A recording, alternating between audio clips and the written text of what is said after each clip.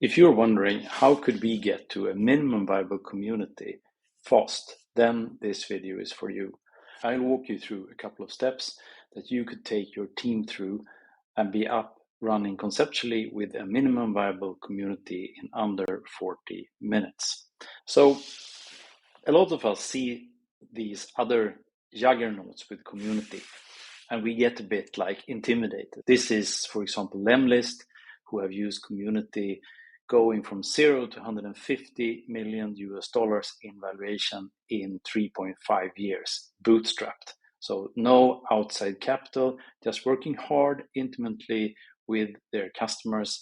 Now they're here. So this is the end result, you can say, or at least a really nice level to be at. So you see here, okay, they have 19,143 members, nice videos, lots of activities here.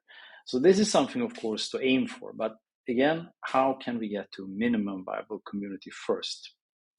The first thing to do when you want to reach a goal like this, you want to reach the same kind of success that Lemlist have done, minimum cash, extremely high output, using community as a growth lever for your SaaS business. So the first thing you do in this kind of situation is basically going for a map. And we are very fond of maps at Heartland because maps lead you to target the fastest way. So you don't get derailed and led astray, because there are a lot of complex stuff when it comes to any business process. Community is the same.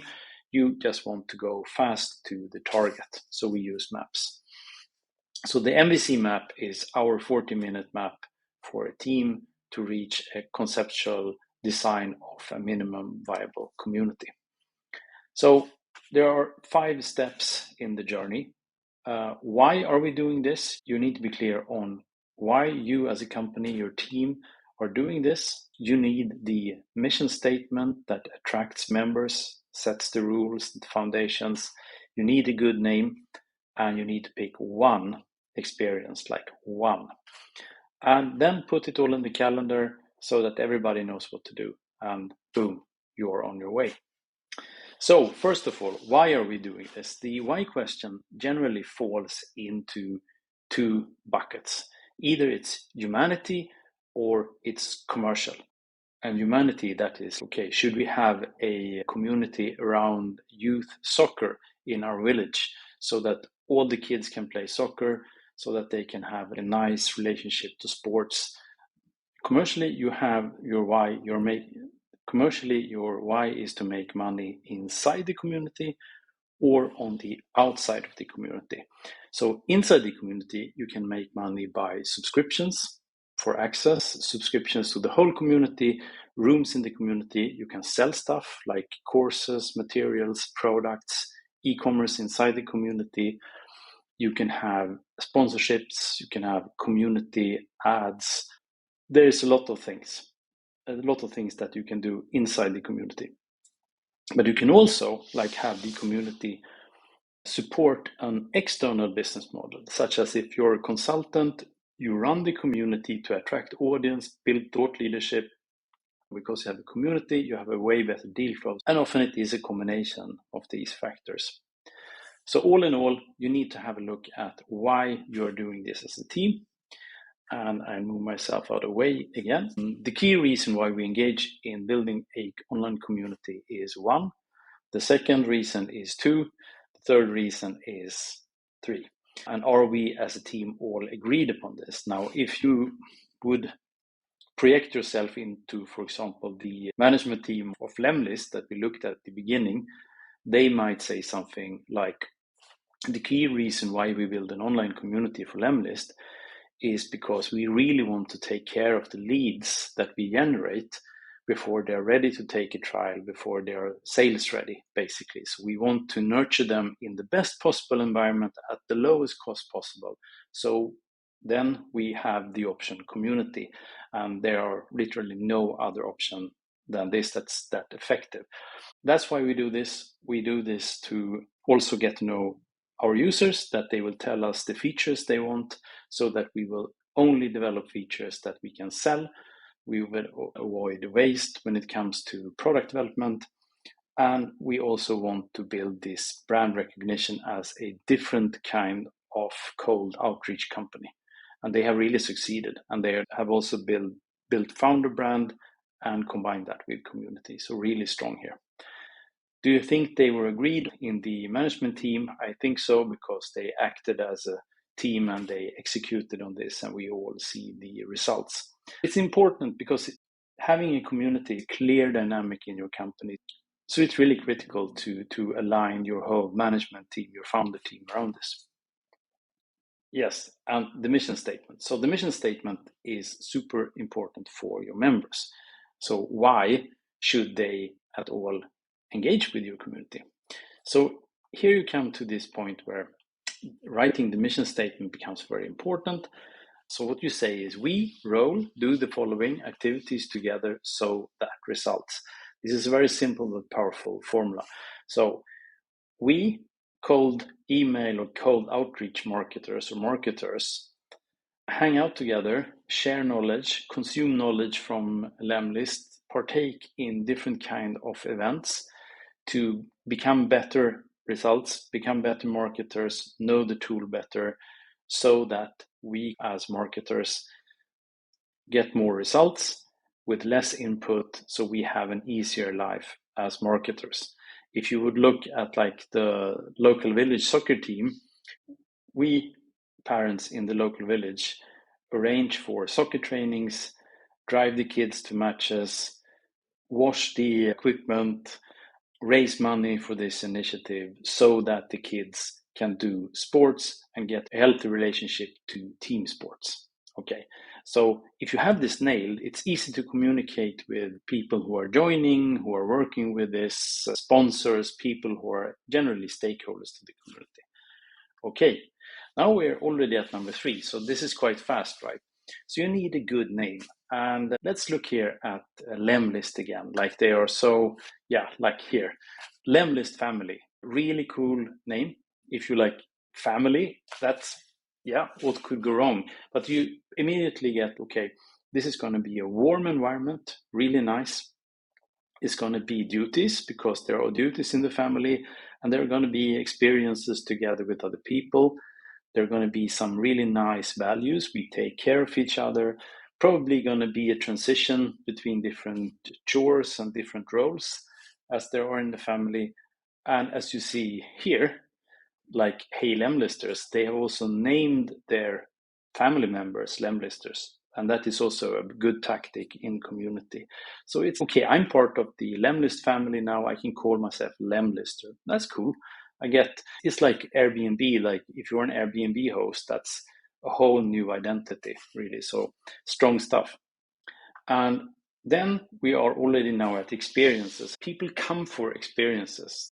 They really want these experiences, and the community as a format has unparalleled leverage here for you, because the experiences are very unique in a community. Let's look at some of the most common experiences that you can have in an online community. You might have something like posting, sharing content in posts.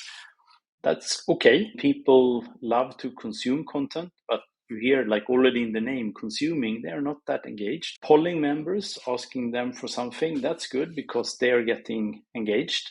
It's also not that hard to do. A poll in the community should take 5 minutes. If you write a long blog post in the community, that might take you 6 hours. So you start to feel that there is a content economics here. Forum posting, asking for help, like you see in the Apple forum, for example, it's very good. You will see that there will be a few of the members who answer a lot of questions. It's also very social to ask questions, like generally asking for help is a very social thing. But what has really made the mark here is like online meetups has really come into play like the last 2 years. When picking amongst these formats and deciding for one, I advise you to look at what has the highest engagement and personal lever for my members or your members in your community. Because you want people to feel really high value, and that can be achieved already when they're passively consuming content, but then it's not community. So you want to pick an experience that is engaging, where people are sitting facing circle in to the community, like collaborating, not sitting in rows and looking at the stage. That is like an audience seating. So you want to look for experiences that are circular, that look to the center, where people commit to collaborating with each other. And then you need to ask yourself, what is the production cost? Because in all reality, you need to produce the experience somehow. So the experience needs to happen. It needs to be orchestrated and framed and everything. So you need to look at the production cost of the experience. And then you need to look at, can we sustain this thing to build momentum? So if you look at derailings here, where people can go wrong, it's often not picking the format consciously. Extremely important to pick the experience consciously before you choose the platform, because not all platforms cater for all experiences. So if you want to have a certain experience after having done this exercise, probably that will either change or reaffirm your platform choice. So it's very important to look at the experience and choose consciously. The second potential to derail here is like confusing community with audience platforms such as Instagram and Netflix. So yes, you could provide a lot of value by producing content, and that's often something that's part of a SaaS community, but it's not the primary driver for people to be there in these communities. The primary driver is to have human engagement. You also need to look at the production cost. So are you expending too many calories for too little value being produced in this format? So is the format too complex? Does it take too much time? Does it take too much of your bandwidth? Then it's probably not a good format in the beginning, at least. And it's not a good format to sustain, because you need to think of the momentum all the time when you're building a minimum viable community. How can I create a momentum? Okay, so this might now seem extremely complicated, right? But in reality, it's not, because there is this new format that is super simple to execute on, that brings high value, low effort, high leverage. So this low calorie, high leverage format is having consistently on the same dates short gatherings around a topic that is valuable for your members. So that might be having an office hour where you just say anybody can pop in with any question, and this is made in public. You can also record it, so you see immediately that, wow, this is really good. I can, as a user for Lemlist, I could go in here and have an office hour session, or any other SaaS, I could have an office hour session, just ask any question, hang out with other people, get support, see that I'm not stupid for asking this question, and that just by the numbers here, you're seeing that this scales. If people are coming here and getting their questions answered and can search and hang out, instead of one by one contacting support and not having the human experience, this is of course way better. You can have every Tuesday and every Friday, we're having this kind of experience. People can add it to calendar. They know when to go there. They have great experiences. You are staging these experiences. Now, for you as a founder or for the founder team, this means like setting up the format, setting it into the calendar, and practicing this. You might get away with 30 minutes. So 30 minutes Tuesday, 30 minutes Friday to do this, while providing a huge benefit for your users by showing up in person, answering questions, showing what's going to happen in the platform, asking for feedback for new features, and so on, what's working and not. This is a huge trust builder. It's also a huge advantage for you versus your competitors, who don't know what the customers are thinking about what features to do and so on. So you are building with users in this case. This is from the Heartland Experience Playbook. where we have gathered all the different kind of experience that you can run. But this is just to show you an example that you have full freedom, but there are a lot of things you can do in 30-minute increments, like these meetings. And if you always do the same, you just need to show up, you know the format, and people will come together. So it's not about you presenting, it's you staging a format again and again, but the questions and the people will be different. That's why it's going to be so interesting for people to be there. So no pressure on you. Okay, so final step, you need to put it all in the calendar, of course. So get yourself a super simple content calendar like this one. Here I choose an example from Notion. You can run it in Google, Microsoft, whatever software you are using in your team. And this is really important. So one person to set it up. Whoever needs to be in the meeting needs to be there in the meeting, have the meetings with people, have it recurring, set in your calendar, and you're getting away with, as a founder, 30 plus 30 minutes in the minimum viable community. Boom, now you're done. You have the competitive advantage of a minimum viable community. You have something that's beautiful. You have contact with the users. You build trust in your sales funnel.